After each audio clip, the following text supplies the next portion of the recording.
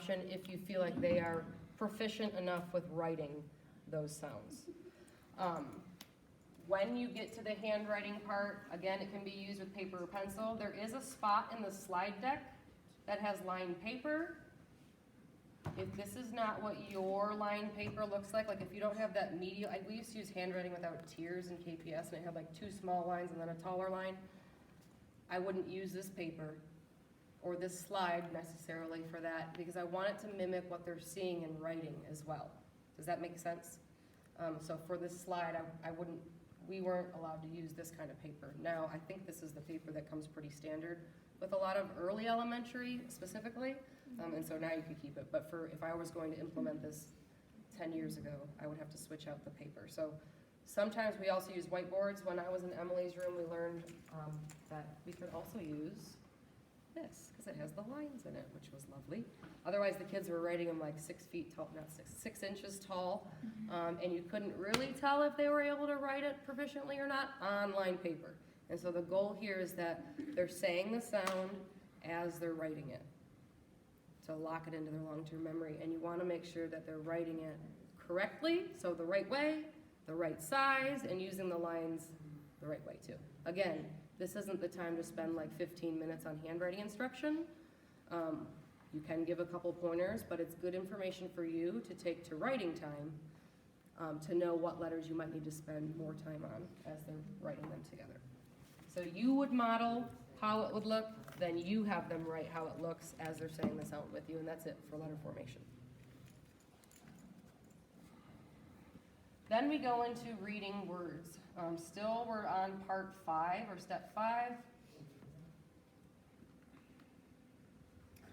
You're modeling reading the word first, so you'll always have the I do there, and then the we do. There's a list there. You don't have to hit all of those. You can pick a couple, and then you can pick up from those when you go to review that concept the next day. So don't feel like you have to get all of them in, because you're going to run out of time, but just know that there's a list. There's also, just like the word chains, more lists over here, longer ones, more difficult ones, so feel free to pull from that as well. But you can use a couple a day or whatever you might have time for to get it in with that amount of time. But you're, just like when we were blending words with our review concepts, remember this is very similar, except now they have their new concept in it. Okay? So you're going to be following the same format as far as what sound, blend it, what sound, what word, except now it just has that new letter sound correspondence in it. So I would say, watch me read this word. Shed. Shed. It's a lot easier when you use your clicker. And then you would read you can read shed together, or you can go right to your list if you want to. These do pop up one at a time when you're in the slide deck. So we're going to say, now we're going to read some together. And you can point to the sounds, having them hold the sound as long as your finger is underneath it. So when we practice this one together, I would say, keep saying the sound until I move to the next one. What sound? You don't have to go back and blend it if you're going to have them hold it either, because they already just did that. But if you say what sound, blend it, that's different than pointing, having them hold it, having them say the sound. Does that make sense? So there's a variation there, whatever works best for your students. The more scaffolded would be to do one sound at a time and then blend it. To hold the sounds all the way through and then say the word is less scaffolded, so more difficult. So we're going to try that one more time. Say the sounds with me, and you're going to keep saying those sounds as long as my finger is underneath them. Good job, and that's just the signal to read the whole word, is swiping your finger, and you would do that with the next few. Some teachers like to give individual turns here as well. A lot of kids love it, some kids hate it, so make sure you know your crowd. But you would follow that same sequence, and again, you don't have to do all of them in one day, because there's a lot of them, and they go from easier to more complex. Just like the letter formation, we're going to be doing the same thing with spelling. So first, I'm going to start with we're going to spell some words, and I'm going to say some sounds and then blend it as I write. So the first word I'm going to write is ship. The first sound I hear in ship is, next sound, last sound, How many sounds do we hear in ship? The manual will say you can draw 3 boxes. This is a really great opportunity to pull in your Alconin boxes, or you can just use this slide because you can use your markers in your interactive whiteboard if you have them, or you can, do the computers do that too? Can you write? With like your mouse? No, so you'll have to use a piece of paper. But if you had your board here, you would say, I'm gonna say the sounds in fish, ish, and I would draw 3 lines for 3 sounds. So that way I know that I'm responsible for getting 3 sounds on the board, knowing that that last sound is gonna have 2 letters. The first sound I hear in fish is, the next sound I hear in fish is, right? The last sound I hear is, shh. Oh, I remember, and I do a little thinking aloud. I remember that there were 2 letters today that we learned about that came together to make that sound. S and H, say shh, and then you would have your word fish.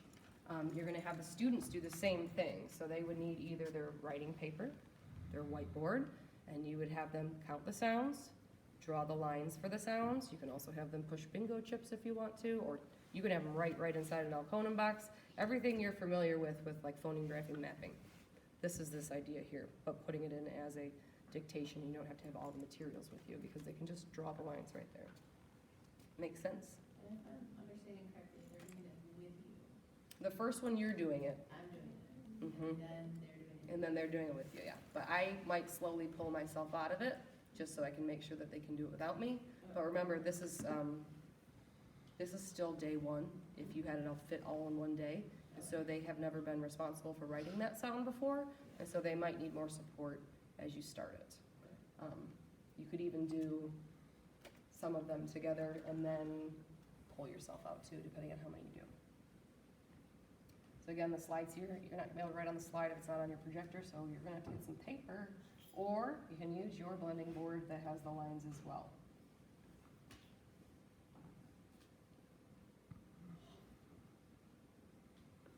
Come on, mouse.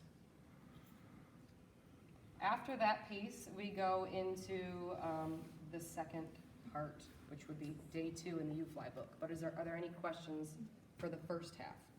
I say first half because that's how they structure it. That might not be how you structure it. Okay. Day 2 is just a review.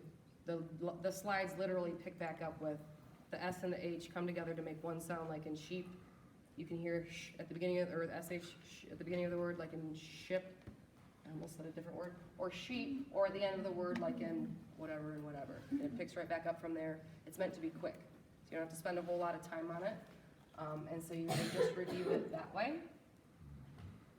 Then you get into the fun stuff. Now this is where they're responsible for building the words with you. So before, in the blending board, when you were reviewing, you were doing all the work, they were doing all the reading, now they're doing both with you. Whatever strategy you want to use, make it work for you. So whether it's the magnetic blending boards, or writing them, again, with your youngest, like kindergarten, that could get a little hairy with, because they don't have very good fine motor skills a lot of times at the beginning of the year especially, so you might want to build them.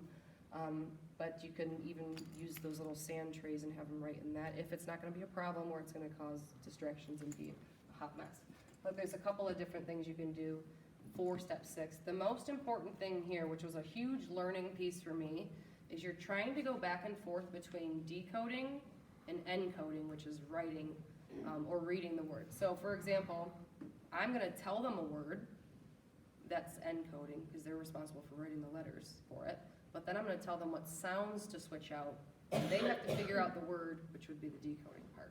So in your folder, I gave you my sample one for this lesson.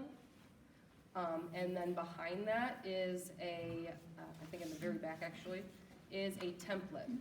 A lot of teachers, when they first start doing this portion of the lesson, they'll write it out ahead of time with the words that are in the manual, because it does get a little bit tricky, figuring out, switching back and forth between the decoding and encoding piece. So it should look like this. The blank one is also going to be linked to that QR code or in the digital resource catcher that you're going to have. One of them is just filled out for the lesson that I'm doing today, and one of them is blank so that if you want to use it in the future, you can. But the way this would look is, you can write on the back of yours if you want to do this with me. We're going to begin with a word today, class. I want you to write the sounds that you hear in the word shin. So again, just like before, they're gonna say the sounds and they're gonna write them as they say them. The next one would be, now change it to ship. So they could either erase it on their whiteboard, the sound that they need to take out, they could move that manipulative letter, whichever version you're doing, they don't need to erase the whole word. So you're trying to get them conditioned to be doing that because you're only doing one sound at a time. Notice how at the beginning, I told them what word to write. I told them what word to change it to. This next step is where they have a new task. Now change the I to ah. So I gave them the sound. Their responsibility now, other than writing the letter sound correspondence, is to know what word it is too. So once they've all had a chance to do that, I would say, what word did you write?